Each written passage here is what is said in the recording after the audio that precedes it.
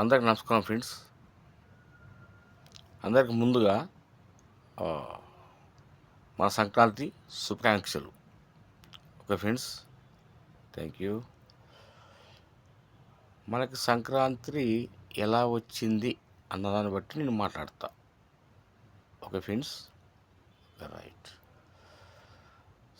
First మనము పొలంలో విత్తనాలు వేస్తాం కదా ఫ్రెండ్స్. విత్తనాలు వేసిన తర్వాత అది పంట చేతికి వచ్చేంత వరకు మనం కాపాడుకుంటూనే ఉంటాం. ఓకే, ఇది నిజం. ఇది ఎప్పుడైతే ఆ పంట అది కోసి మన చేతికొచ్చి మన ఇంట్లోకి వచ్చిందో అదే నిజమైన సంక్రాంతి ఫ్రెండ్స్.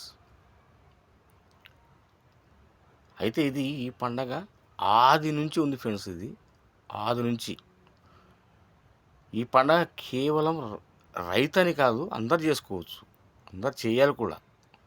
ఎందుకంటే ఫ్రెండ్స్, ఇది కొంతవరకు రైతులకు ఇది పెద్ద పండగ. ఇది రైతులకు చాలా పెద్ద పండుగ ఫ్రెండ్స్.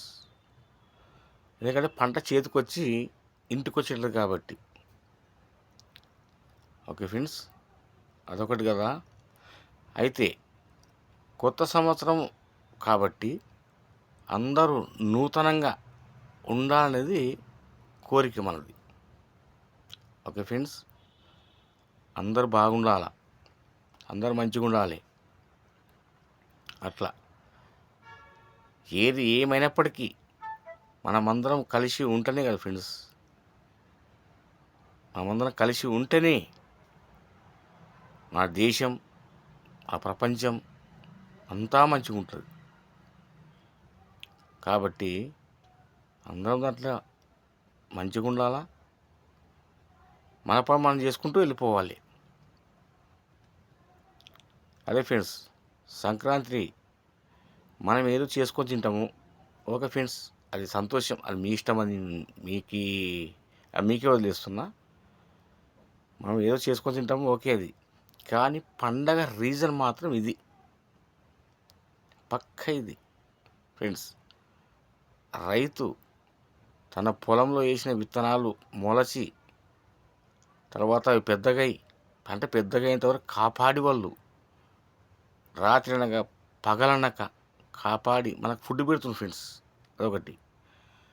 తర్వాత వాళ్ళు కాపాడి ఏదో మార్కెట్ తీసుకుపోయి అమ్మేసి ఏదో వాళ్ళకి వచ్చిన దాంట్లో కొద్దో గొప్ప వాళ్ళు తిని బ్రతికి మనకి సేవ చేస్తారు. కాబట్టి నేనేమంటున్నా ఫ్రెండ్స్, ఇప్పుడు ఎవరి పని వాళ్ళు చేయాలా. రైతు పని చేయాలా, ఇంజనీర్ పని చేయాలా. ఏ ఫ్రెండ్స్, ఎవరి డ్యూటీ వాళ్ళకు ఉంటుంది. కాబట్టి మనకేందంటే ఇది ఫస్ట్ రైతు పండించిన పంటని ఫస్ట్ ఇంటికి వచ్చినాక ఈ పండగ అవుతుంది ఫ్రెండ్స్. ఈ పండగ అంటే పెద్దగా చేసుకోవాలి మనం, వాస్తవంగా చెప్పాలంటే. ఎందుకంటే ఫ్రెండ్స్, మనకు అన్నం పెట్టేవాడు రైతు.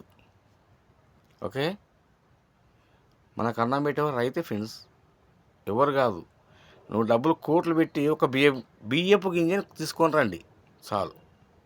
మీ దగ్గర ఎన్ని కోట్లనే ఉండాలి, ఒక్క బియ్యపు గింజ చాలు.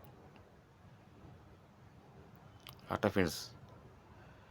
కాబట్టి మనం రైతుని ప్రేమించాలి ఫ్రెండ్. ఫస్ట్ ఆఫ్ ఆల్ రైతుని ప్రేమిస్తే వాళ్ళు మన కోసం ఇంకా ఎక్కువ కూడా సేవ చేయగలరు.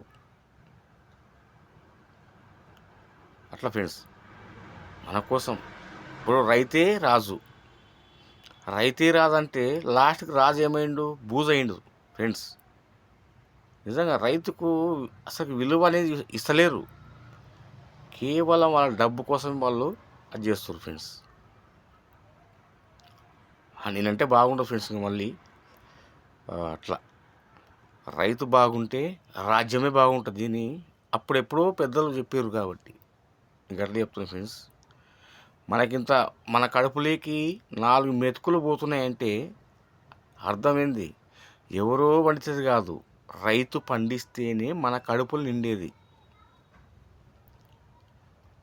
ఓకే ఫ్రెండ్స్, ఇది మీరు గుర్తుపెట్టుకోండి. ఓకే ఫ్రెండ్స్, మనము అదే మనం తింటున్నామంటే అది రైతు పుణ్యమే. ఇది రైతు పుణ్యం అది. పక్క ఇది నిజం చెప్తున్నా ఫ్రెండ్స్. రియల్గా రైతు లేకుంటే రాజ్యం లేదని చెప్తే కదా ఇప్పుడు. గది రైతు ఉంటే మనకి 4 మెతుకులు, లేకుంటే లేదు. అందుకే రైతుని ప్రేమించండి. ఏది ఎప్పటికైనా కానీ ఈ భూమి ఒకవేళ నశిస్తూ ఉంటే కూడా రైతు పంటలు వేసుకుంటూనే ఉంటాడు. ఆయన తెలియదు అవన్నీ స్వార్థపు గుణాలు. ఎస్, నిజం ఇది. స్వార్థం అనేది రైతుకు తెలియదు. ఆయనకి ఎంతవరకు ఉన్నా ఓరి ఎండిపోతుందా, నీళ్ళు కట్టాలి. ఇంకా ఏదైనా పంట ఎండిపోతుందా, ఆవిడకి నీళ్ళు పోయాలి, నీళ్ళు కట్టాలి. ఇదే పరిస్థితి. ఇంకా అంతేగాని వేరే వాళ్ళ విషయాలలో తల దూరపడదు ఆయన. ఇది ఫ్రెండ్స్. ఓకే ఫ్రెండ్స్, మీకు మళ్ళీ ఒకసారి చెప్తున్నా friends, happy Sankranti. Okay, happy pongal. Okay friends, thank you friends. నేను మాట్లాడినట్టు తప్పుంటే క్షమించండి ఫ్రెండ్స్. మీకు నచ్చితే లైక్ చేయండి, షేర్ చేయండి, సబ్స్క్రైబ్ చేసుకోండి ఫ్రెండ్స్. Thank you friends. జై హింద్.